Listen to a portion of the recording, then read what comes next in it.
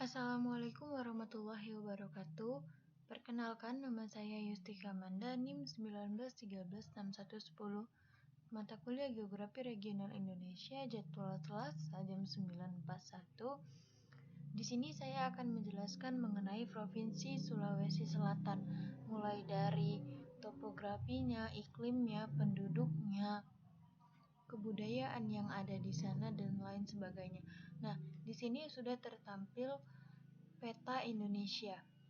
Di bagian yang hijau ini adalah Provinsi Sulawesi Selatan yang akan saya jelaskan. Ini adalah lambang dari Provinsi Sulawesi Selatan itu sendiri. Provinsi Sulawesi Selatan beribu kotakan Makassar. Nah, Provinsi Sulawesi Selatan terletak di antara 116 derajat 48 menit sampai 122 derajat 36 menit bujur timur dan 0 derajat 12 menit sampai 8 derajat lintang selatan. Nah, provinsi ini berbatasan dengan di bagian utaranya berbatasan dengan Sulawesi Barat, di bagian timurnya berbatasan dengan Teluk Bone dan Sulawesi Tenggara. Di sebelah baratnya berbatasan dengan Selat Makassar, dan di sebelah selatannya berbatasan dengan Laut Flores. Nah, selanjutnya kita masuk ke bagian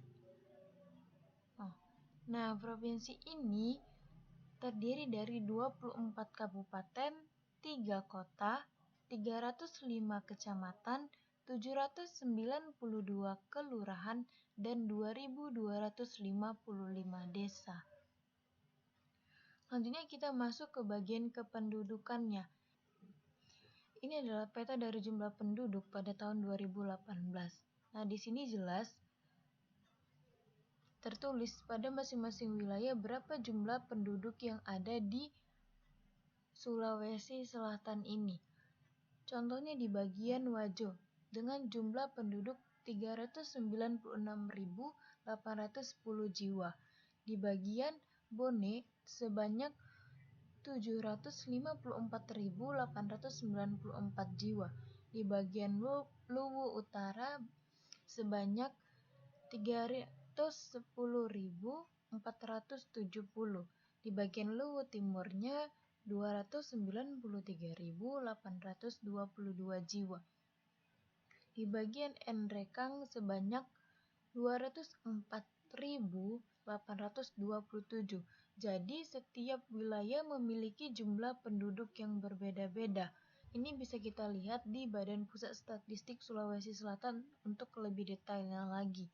Nah, masuk ke bagian grafiknya.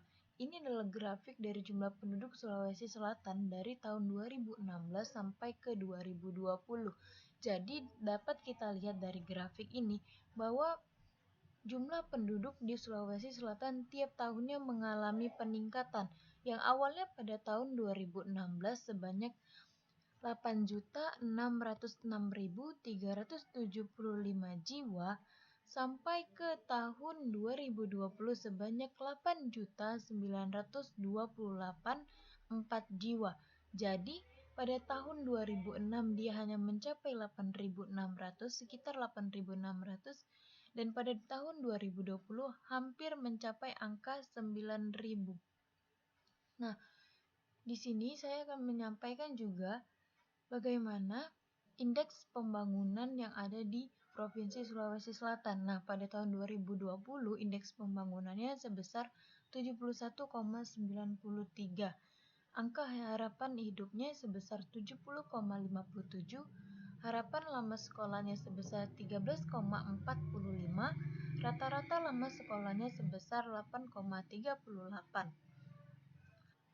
Selanjutnya kita masuk ke bagian iklim. Nah, Sulawesi Selatan ini beriklim tropis, yaitu sama seperti wilayah-wilayah lainnya yang ada di negara Indonesia dengan musim hujan dan kemarau yang jelas. Jadi, Sulawesi Selatan ini keragaman hujannya erat kaitannya dengan fenomena osilasi selatan.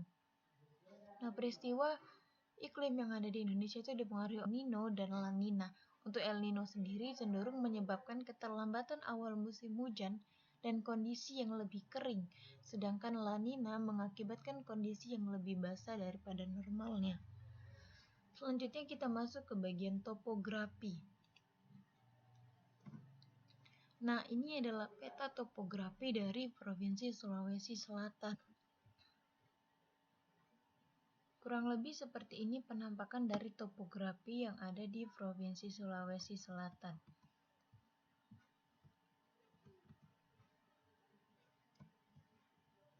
Nah, bisa kita lihat di sini bagaimana penampakan dari topografinya. Nah, topografi dari Provinsi Sulawesi Selatan ini membentang dari dataran rendah hingga dataran tinggi. Nah, 3-8%-nya merupakan tanah yang relatif bergelombang dan 8-45%-nya tanahnya curam dan bergunung.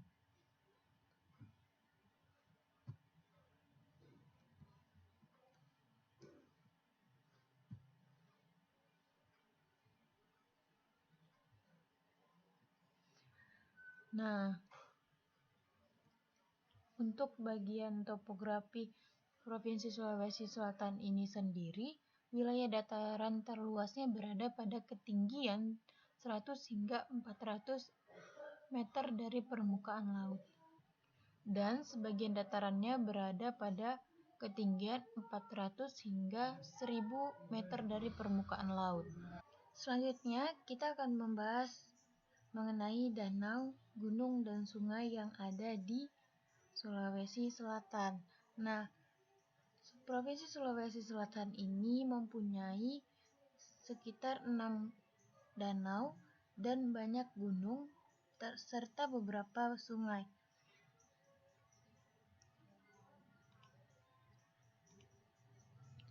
Nah, ini adalah Danau Mahalona, ini Danau Matano, danau terdalam di Indonesia. Lalu setelah itu ada Danau Toba, ini Danau Sindendreng, ini Danau Tempe, Danau Toakala, dan danau terakhir yaitu Danau Tawuti. Ini Gunung Bampapuang. Ini adalah penampakan secara jelas bagaimana Gunung Bampapuang itu. Lalu ini Gunung Bawah Kareang. Ini ya lebih jelasnya bagaimana kenampakannya. Lalu ini adalah Bulu Saruang, Gunung Butu Kabobang, Gunung Copotile, Gunung Gawalise, Gunung Kabentonu,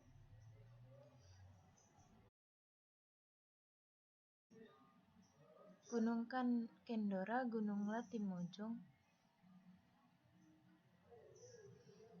Gunung Mengkongga, Gunung Nona, Gunung Rante Kambola, Gunung Sesean, Simbolong, Gunung Sojol, Gunung Soputan, Gunung Tolangi, Gunung Tondong Karambu. Nah, selanjutnya ada sungai yaitu Sungai Bila, Sungai Jeneberang, Sungai Luwu, Sungai Maros, Sungai Masale,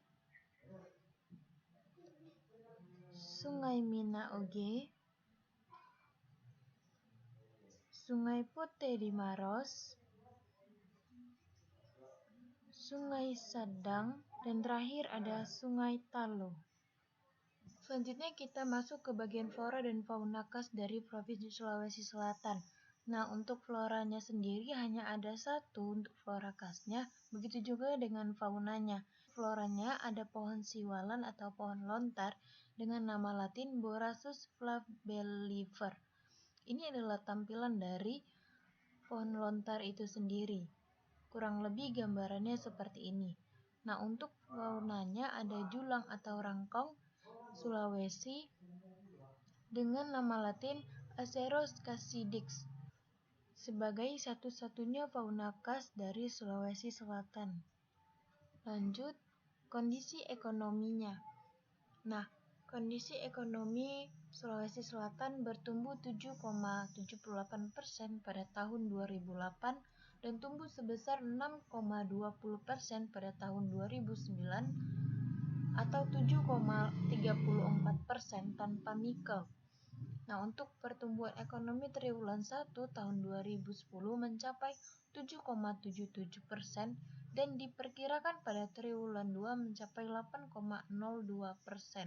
Nah, untuk pendapatan per kapitanya sebesar 12,63 juta pada tahun 2009. Nah, sektor kegiatan ekonomi masyarakat Sulawesi Selatan ini terdapat banyak sektor. Hampir setiap sektor perekonomian ada di Sulawesi Selatan, yaitu ada pertanian, perkebunan, peternakan, pertambangan.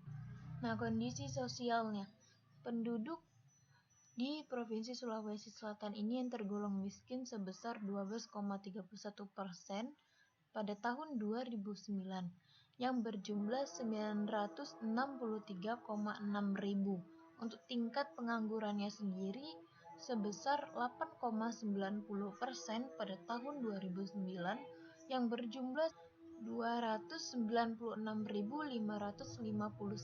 orang. Nah, kita masuk ke bagian kondisi budaya masyarakat Sulawesi Selatan.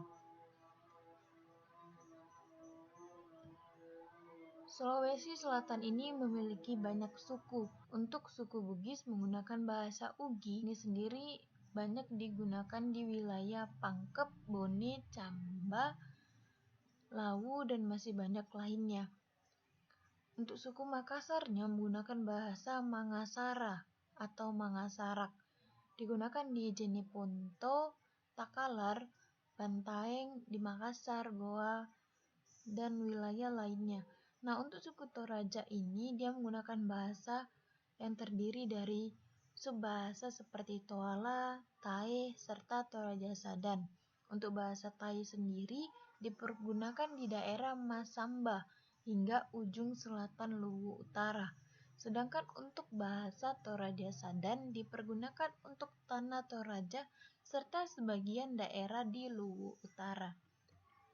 Nah, seperti ini tampilan dari rumah adat Sulawesi Selatan untuk suku Toraja yang disebut Tongkonan.